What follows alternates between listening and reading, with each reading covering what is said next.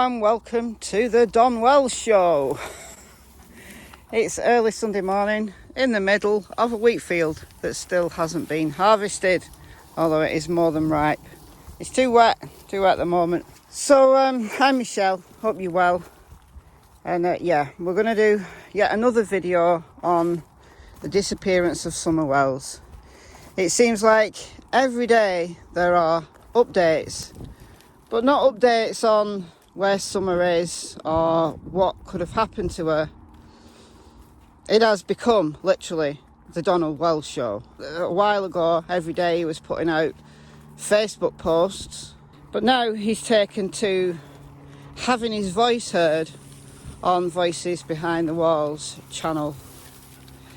And he was there again last night my time with his sister. So we're going to cover a little bit of that. Chris McDonough also did Q&A. So we're going to cover a little bit of that as well. Much of that was about Barry Morphew.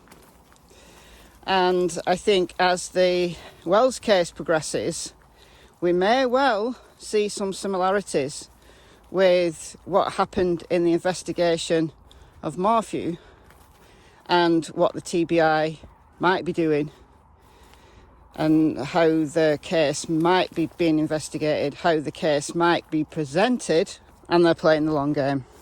I've said that before in videos and I stand by that I think the TBI, very quiet, but do not think that there's nothing going on behind the scenes. Because people said exactly the same with the Morphew case. What are the police doing? You know, Suzanne's still missing. And it took just a few days, shy of a year, for Barry to get arrested. So we're only, 61 days, and it's a hell of a long time for a beautiful little girl to be missing. But in terms of police investigations, 61 days is not a long time. It's not. When my son was killed in 2014, it wasn't a murder, it was a dangerous driver who ran him over and left him. So it was a hit and run. And CCTV caught him, so that was pretty damning. There was also forensic evidence from the road itself, which was also pretty damning. He did plead guilty, but they completed the investigation because they have to. You know, he made a significant statement. When he was apprehended, he made a significant statement, but he didn't confess. It was several months in at a plea hearing where he pled guilty. But it took over a year. I know we're in a different country. It took over a year from the time of the crime to sentencing. The police dotted the I's and crossed the T's, even in a case which was pretty obvious, quite frankly. You know, if he'd have pled not guilty, he was not going to wriggle out of it. So he pled guilty so he could get a reduced jail sentence. So I know firsthand that in a proper investigation, I mean, this is why I balk so much about the Watts case. This is why I've gone into depth in the Watts case, because it's an odd one. You know, although Chris made a partial confession on the 15th of August 2018, is it today? 15th of August today? Or was that yesterday? I lose track of dates. Very poignant. You know, even mentioning the Watts case this week upsets me a little bit. You know, it was the anniversary of my son's killing on the 10th of August. And we've got the anniversary of Shanann, Bella, Cece and Nico on the 13th. So this week's very poignant. I'm only mentioning Chris Watts because the investigation that took place in that case was so quick. Very, very strange.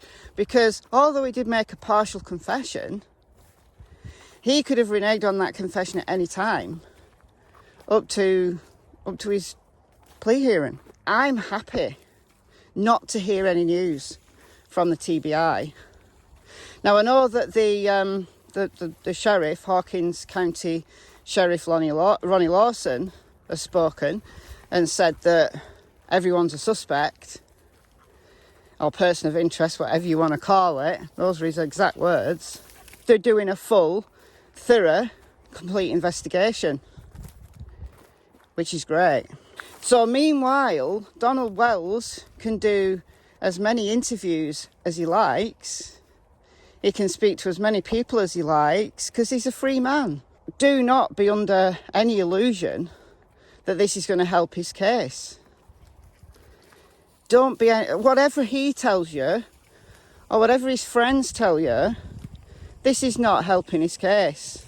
Chris McDonough has turned over the interviews he's done to the TBI. But the TBI will be watching. They're watching Donald's social media.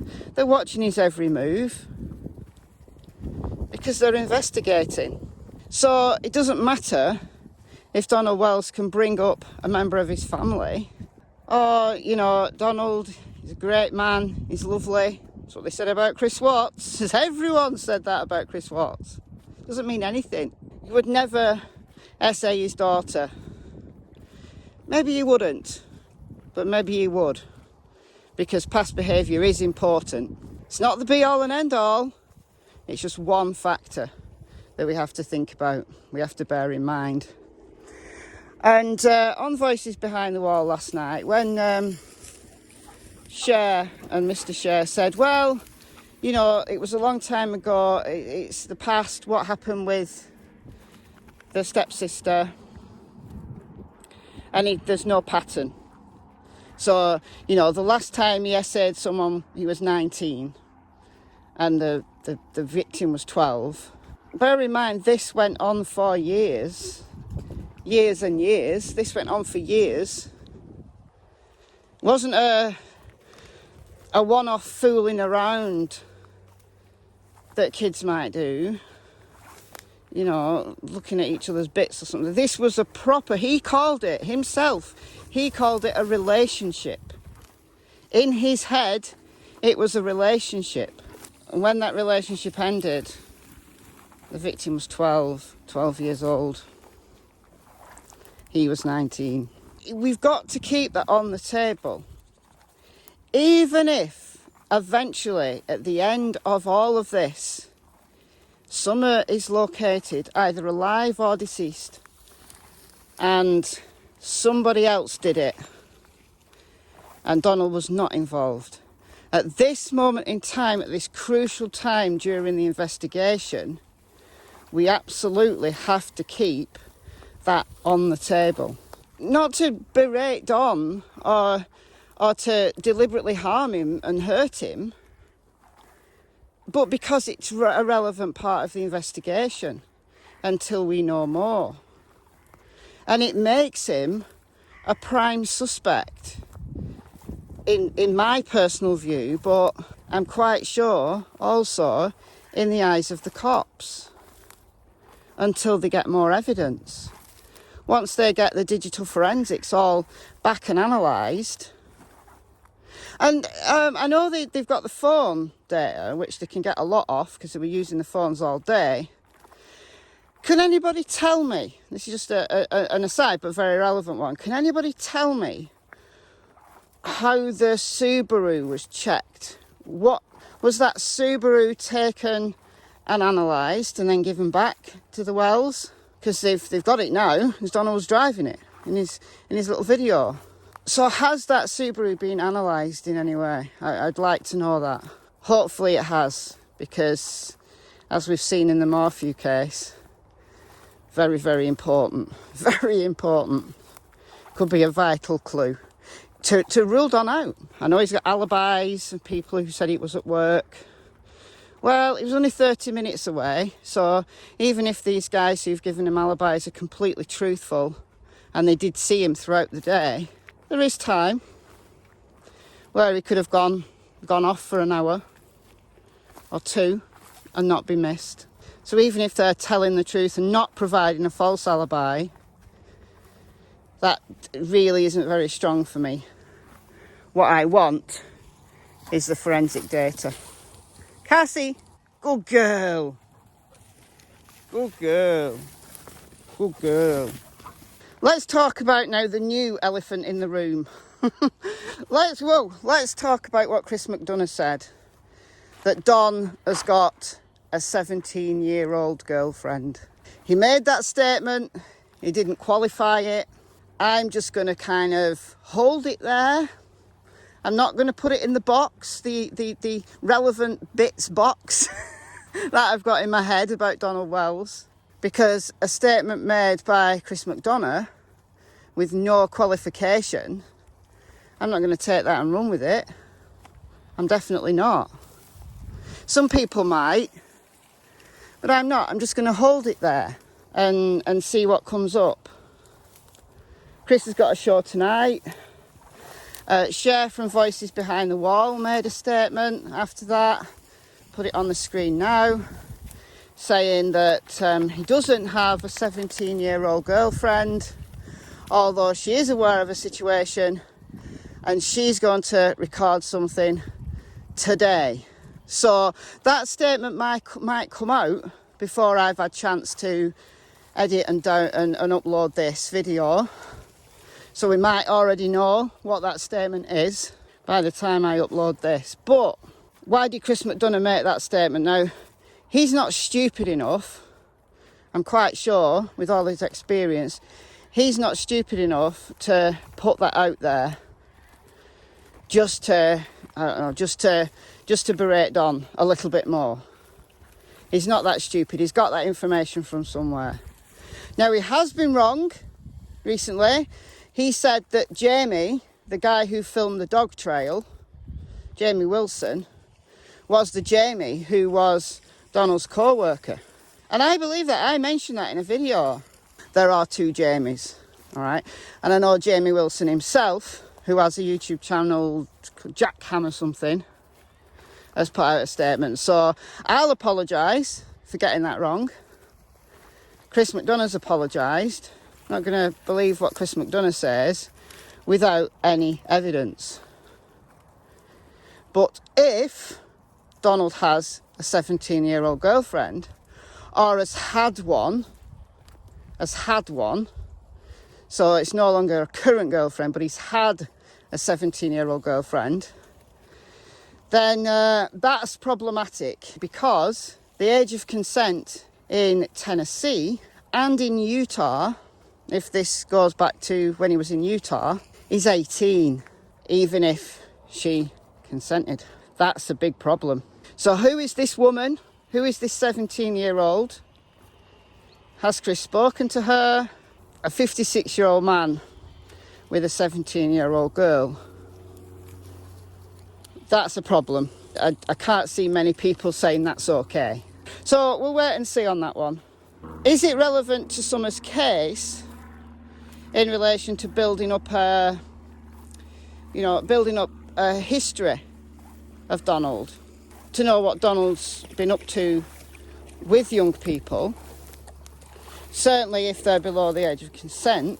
What I'm trying to get at here is, while we've got lots of hypotheses, we can develop different theories about abduction, accidents, the family were involved, one or more members were involved.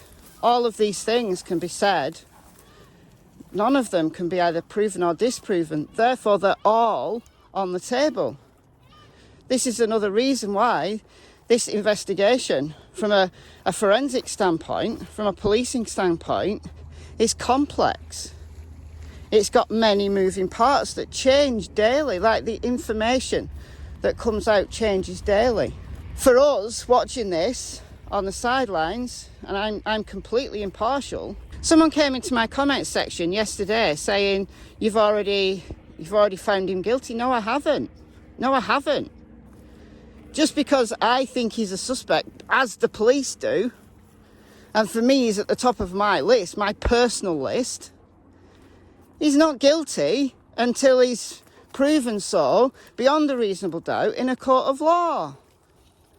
So no. But the evidence against him, circumstantial, obviously, some of which may not even be relevant, is building up. That's my point. But I've explored the abduction theory at some length because that was my number one theory until Don started talking. Said this just yesterday. So I know about the RSOs in Rogersville. Loads of them in Kingsport. There's over 50 in Rogersville that are registered. I know about the names that people put in my comment section. I've got a list of them all, right? But I'm not going to make videos about these people because that's not my place. Unless evidence comes out that directly implicates them. That's not my place. That's for law enforcement to do. Right? But while Donald is talking, while Donald is putting out his own material, then that is information that can be discussed, dissected, analysed. Because it's out there in the public domain, because Donald has chosen to put it out there. The same cannot be said for the people who are being implicated by Donald. You know, we've had the Hammonds guy, we've had someone with the surname Light. We've had a few names that have come out, and law enforcement can do their thing and check those people out. But I'm not going to talk about them because they haven't made any public statements. They haven't come out and told their side of the story, so I can't analyse and dissect what they say because they've not said anything in public. That's why I think Donald should just shut his mouth. Because he's the person who's causing this social media furore.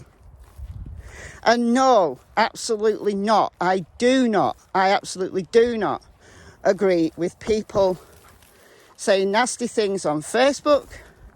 I don't agree with people doxing him. I don't agree with people ringing his boss or ringing his workplace, trying to get him into trouble. All of that stuff that might have been happening, it's horrible. That's horrible. He can be as guilty as sin, but until a court of law proves that, that's a step too far. It's a step too far anyway. That's not helping. Not helping matters at all. But he's talking about what Donald has said, what has been put out in the public domain. Is that prejudicing the case? I've had quite a few people say that in my comment section. Chris McDonough was asked it yesterday, and he said no, because all of this information, as I've said myself, all of this information is useful. It's collectible. He's turned his information over to the TBI, quite rightly so, because it's valuable. The people who are interviewing Don, the people who are talking to Don, if this goes all the way, then they may well subpoena that information. They might subpoena the phone records of the people who've been talking to him over the phone. They'll want all of that digital forensic stuff as well.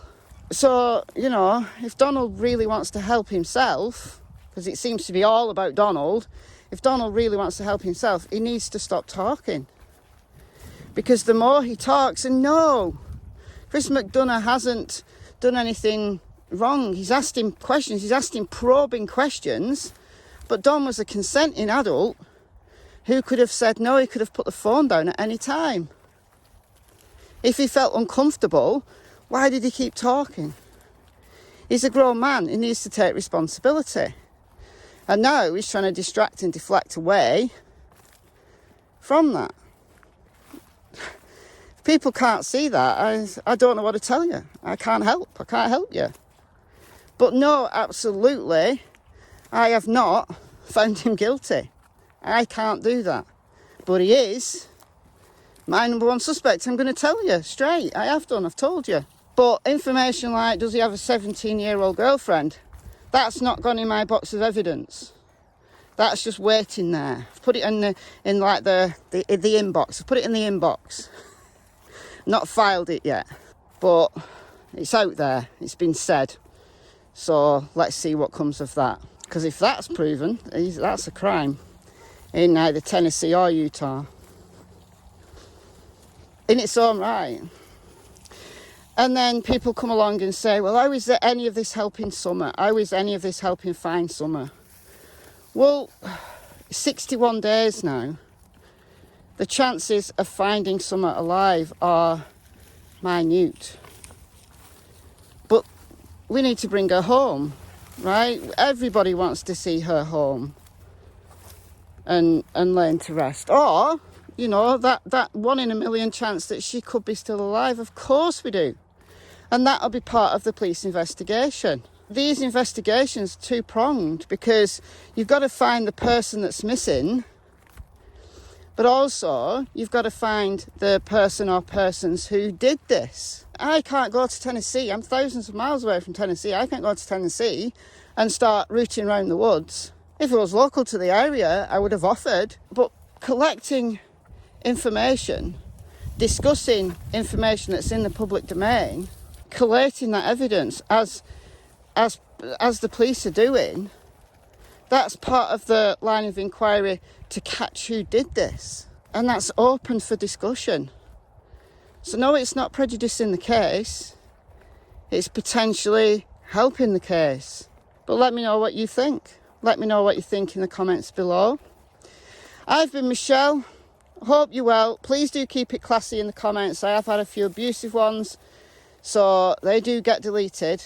The YouTube spam filter quite often picks them out if they've got naughty words in them, and it takes them away without me doing anything. But please keep it polite, respectful. You're welcome to your opinion. You're welcome to dissent and say you don't agree. That's absolutely fine. But please do keep it classy. Be kind to people in the comments. So I'll see you in the next video. So I'm guessing that my next update is going to be, is there more information on this 17-year-old? What has Chris McDonough got? Want to see what Cher has to say. I think that's most probably going to be my next video. But until then, bye for now.